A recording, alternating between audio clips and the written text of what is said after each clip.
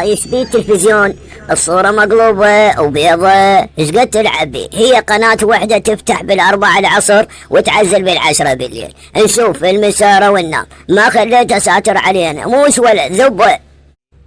على كيفك يا رجال ويا حسوني، هسه هو ايش سوى؟ يريد يشوف افلام كرتون ساسوكي ومتابع بنتي المعيدي. هو التلفزيون قديم اشتراه جده قبل 10 سنوات، الجيران كلها اشترت جديد اسمه السيد ابو الاريل.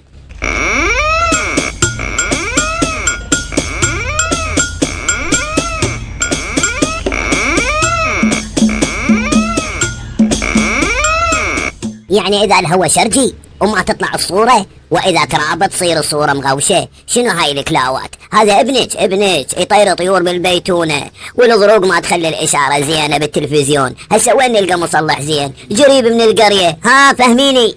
اروح للمصلح ابو غازي بشارع بغداد بالناحية، اخلي التلفزيون على راسي واروح، وعندي كم فلز ضامتهم للتصليح، بس كون حسوني يشوف افلام كرتون وما اروح يم الجيران بيت ابو محمد ويطردونه. من توصلين المصلح اوقفه على راسه، خاف ياخذ حاجه من التلفزيون منا ولا تنطي اكثر من 10 فلوس لو 5 فلوس، ترى شغلته بسيطه ما يحتاج شيء. يلا روحي حتى نشوف فيلم العربي مال اليوم مال الجمعه بالاربعه زي ما الله.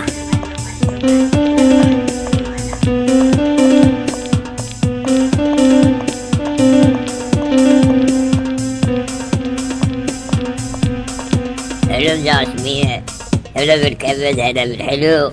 عطر التلفزيون كل شهر شايلته وجايبته على راسك من القرية للناحية، لا تشترون غيره، اشتروا غيره تلفزيون ب4 دنانير.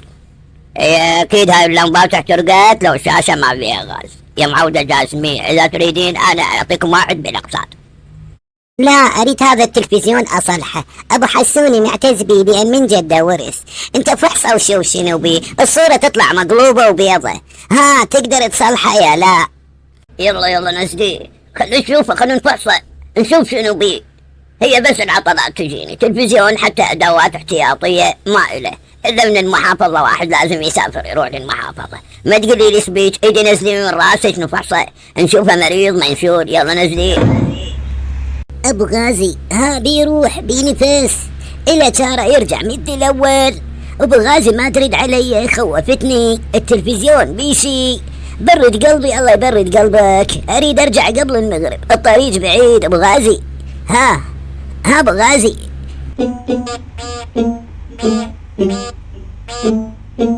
ابو غازي شو ساكت؟ فهمني التلفزيون بيشي يحتاج عملية جراحية، ما ترد علي ابو غازي. ابو حسوني وحسوني متانين من الصبح، شلون ارجع ويدي فارغه؟ انا ادري بيك تصلحه وترجع روحه. ابو غازي رد علي.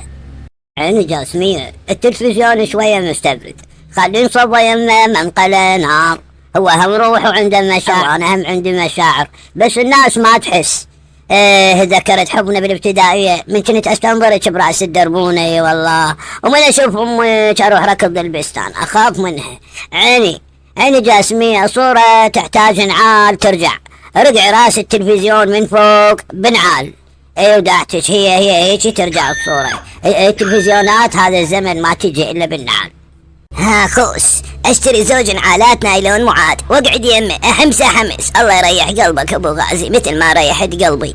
اذا عن نعال سهلة محلولة ولا تشغلون ازيد من ساعة، خلوه يستراح. لو طلعين عامل من المصدر هم يتعب جاسمية، لو عطل مرة ثانية اشمري من الجسر بالشط ولا تجيبي علي من وراكم، راح اعز المحل وارجع للزرع والبستان هنا.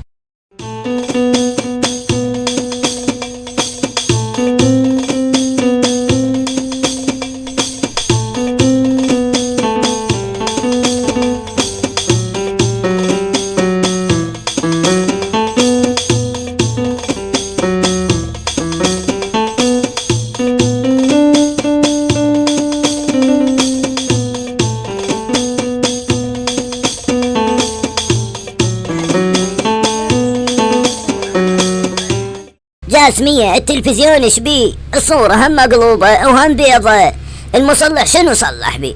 10 فلوس ما اخذ منك، ما يخاف الله. شنو بدل مصارينه سلاوية سوى عملية قيصرية؟ جاسمية شنو السالفة؟ نفس الطاس ونفس الحمام، ها صارت من نعالات. عليش حمستيه جاسمية؟ على كيفك وياه؟ مو هيج قالوا نطيف بنتك شوية نشوف شنو القضية. انت فاهم زين يا جاسمية؟ انا غلام ابوي استعدلت الصورة. جاسمية التلفزيون يحب الشتل، عليش ما يمشي عدل ما ادري، لو الا بالنعال، هو كل شي ما يمشي الا بالنعال، عشنا وشفنا. ابو غازي فهمني وقال لي اشتري زوج نعالات من هاي المعادل بلاستيك، من تقلب الصورة ارقعيه بنعال رقعة قوية، مرة مرتين يستعدل الصورة. وقال لي خلي يمي الصوبة يما انقلى بيها فحم، لان التلفزيون هذا يحب الدفو. اي يحب الدفو، اقول لك يحب الدفو.